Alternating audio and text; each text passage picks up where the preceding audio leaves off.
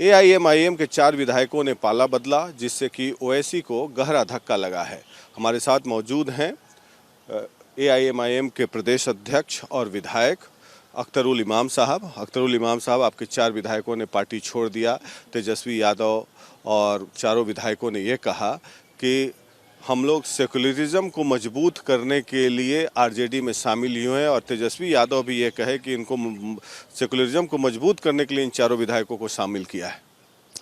अब वो कितने सेकुलरिज्म की जो क्या परिभाषा उनके दरमियान में है, तो सेकुलरिज्म की पूरी बात जितनी तवानाई, जितनी ताकत के साथ, जितने लॉजिक के साथ बैरिस्टर असदुद्दीन ओवैसी करता है, उससे ज़्यादा बात करने की शक्ति तो अभी नहीं है आई इन लोगों में। उससे ज़्यादा क्या मजबूत करेंगे? और एमआईएम तो रही है सेकुलरिज्म की पूरी बात करने वाली कि इस मुल्क में कानून का राज हो, संविधान का राज हो। संविधान की वकालत हमारे पार्टी के लीडर जनाब असदुद्दीन ओवैसी साहब से ज़्यादा कोई नहीं करते। इसलिए धोखा और फरेब है। इन लोगों ने पार्टी को धोखा दिया, एमएलएज ने, और तेजस्वी जी ने खुद ही जो अल्पसंख्यकों की एक राजनीतिक शक्ति उभर रही थी सीमांचल के इलाके में, उसका गला दबाने का काम किया है, गला घोटने का काम इसने किया है। क्यों ऐसा आपको लगता है कि उन्होंने गला दबाया? देखिए, आप देख लीजिए पूरे इतिहास को। जो पार्टियां सेकुलर अपने आप को कहती हैं, दलितों की, अक़लियतों की मसीहा कहती हैं, ये लोग कभी नहीं चाहते कि दलितों में, पिछड़ों में और अक़लियतों के दरमियान में कोई लीडरशिप उभर कर सामने में आए। हमने 2019 में भी कहा था, बाद को भी कहा था कि फासिस्टों के मुकाबले में, जो लोग सांप्रदायिक शक्तियां हैं उसके मुकाबले में एक लार्जर अलायंस बनना चाहिए। और मामला ये है कि ये लोग नहीं चाहते हैं कि जब लार्जर अलायंस बनाने की बात में कहा तो जाहिर है कि कुछ कॉमन मिनिमम एजेंडों पर बात होती।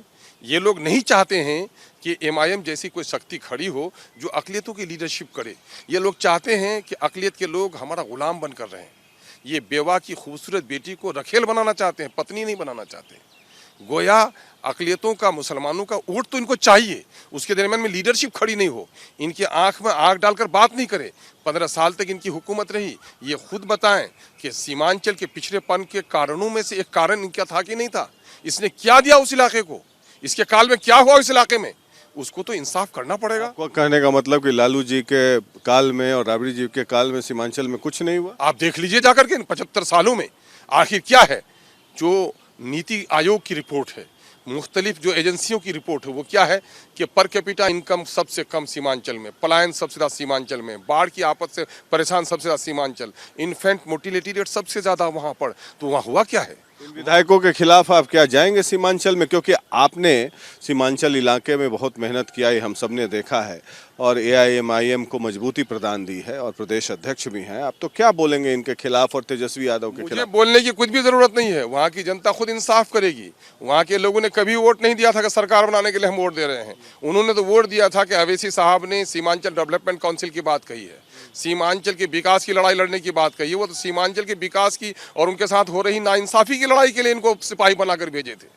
तो ये इंसाफ की लड़ाई लड़ने के बजाय जिन लोगों ने माजी में, जिनके हाथों में इख्तिदार रहा और उन्हीं के गोद में ये चले गए हैं, तो लगता है कि इन्होंने पूरे तौर पर सीमांचल की वो लड़ाई को धोखा इसने देने का काम किया है। इसलिए मैं समझता हूँ कि सीमांचल की जनता इन्हें कभी माफ नहीं करेगी। आपको क्या लगता है कि इन विधायकों ने तेजस्वी यादव के साथ जाके क्यों ऐसी क्या भूल कर दी? वो तो मजबूत पार्टी में गए हैं, सिंगल लार्जेस्ट पार्टी हो गई, सरकार बन सकती है उनकी, आपकी तो सरकार बनने वाली नहीं है।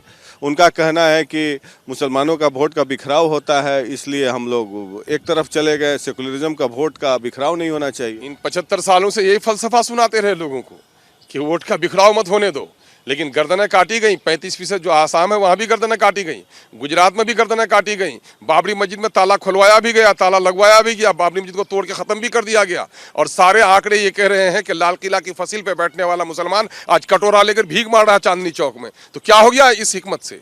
इससे कोई भला होने वाला है? भला उसी का होगा। आप देख लीजिए, जिस समुदाय में लीडरशिप खड़ी हुई है उस समुदाय को राजनीतिक इंसाफ मिला है। इसलिए यहाँ कोई रामराज नहीं है, बैठा हुआ कोई इंसाफ पसंद है। यहाँ सारे जालिम लोगों के हाथों में इख्तिदार है। वो उसी को हिस्सा देते हैं जिसके अंदर में ताकत हो। जो लोग किसी का तलवा चाटेंगे, किसी का टिकट के लिए उसका गुलाम बन के रहेंगे, टिकट के खातिर गुलामी करेंगे, कभी अपने जनता की आवाज़ नहीं बन पाएंगे ये लोग। और एमआईएम ने यही कहा था कि तुम टिकट के लिए किसी की गुलामी और किसी की दरबारी, किसी का तलवा मत चाटो। मैं टिकट देता हूँ, जनता का वोट है और जनता के मनोकामना की पूर्ति के लिए एमआईएम का टिकट है, इससे लड़ो और सीना चौड़ा करके अपने हक और हुकूक की बात। तेजस्वी यादव और लालू जी ने आपको भी फोन किया होगा कि आप भी शामिल हो जाए, तो क्या आप क्यों नहीं शामिल हुए? मैं नहीं समझता कि किसी में यह दमखम हो कि अख्तरुल ईमान को, मैं ये समझता हूँ कि किसी की बेइज्जती ये नहीं है किसी गंवार के यहाँ किसी की बेटी की शादी हो जाए, किसी शरीफ आदमी के यहाँ न्योता भी आ जाए तो बेइज्जती की बात है। अख्तरुल ईमान को ऐसा कोई कहने की हिम्मत नहीं तो कर आप आरजेडी में थे ही। मैं था तो तभी तो मैं देख के आया हूँ, तभी तो नई राह बनाई है ना। मैंने देखा है वहाँ के कार्यकलाप को, तभी तो नई राह कार्यकलाप है। जो कार्यकलाप है तो मेरा वोट उनको चाहिए, मेरे मसाइल का हल नहीं चाहिए, मेरे लोग वहाँ गुलाम बन के रहें, अपने हक की बात न करें। ये जो चारों विधायक गए वो क्या गुलाम बनने? यकीनन उसने जनता ने उसको कहा था कि तुम एक ऐसी पार्टी से लड़के जाओ, सीना चौड़ी करके बात करो। अब वहाँ गए हैं, देखिएगा इनका हश्र आने वाला वक्त बताएगा। होगा हश्र, आप क्या करेंगे? मैं तो कुछ नहीं करने का, जनता खुद करेगी। मैं तो टिकट देने वाला था, वोट तो वहाँ की जनता ने दिया था, वहाँ की जनता धूल चटाएगी इन्हें, वहाँ की जनता धूल चटाएगी। और राजद के बारे में मैं कहता हूँ कि राजद ने जो अकलियतों की उठती हुई इस राजनीतिक शक्ति का गला दबाया है, मैं समझता हूँ कि बिहार की अकलियत की आबादी ने माफ नहीं करेगी और बड़ी कीमत चुकानी पड़ेगी उनको। बहुत सारे अकलियत के विधायक हैं राजद के साथ, आप तो अकेले पड़ गए। अकलियतों के मसाइल को उठाने वाले कितने लोग हैं ये देखिए, मैं अकेले पड़ गया हूँ, उसकी परवाह नहीं करता। जनता मेरे साथ है, जमीन हमारी है।